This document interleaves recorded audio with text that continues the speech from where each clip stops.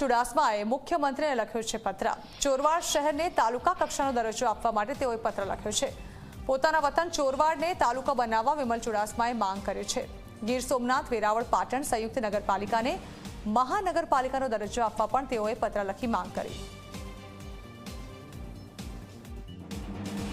આવેલું છે અને આજુબાજુમાં 40 થી 45 ગામો આવેલા છે।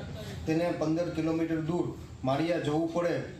મામલતદારનું કામ હોય, કોર્ટનું કામ હોય કે તાલુકા પંચાયતનું કામ હોય, એના માટે 15 કિલોમીટર દૂર જવું પડે અને 15 કિલોમીટર પાછું આવવું પડે અને લોકોને પૂરી રોજગારી કે ખેતી આરે સંકળાયેલા હોય અને મજૂરી કામ કરતા હોય ત્યારે આખો દિવસ પડતો હોય છે। તેનાથી અમે જો ચોરવાડ શહેરને તાલુકો આપવામાં આવે તો તેનાથી ચોરવાડ શહેરની આટલી મોટી 50,000 વસ્તી ધરાવે છે અને આજુબાજુના 35 થી 40 ગામડાને તેને ફાયદો થઈ શકે। એટલે વહેલી તકે અમારી અને તમામ આજુબાજુના ગામડા અને ચોરવાડ શહેરની માંગણી છે કે ચોરવાડ શહેરને તાલુકો બનાવવામાં આવે। વડોદરાની પારુલ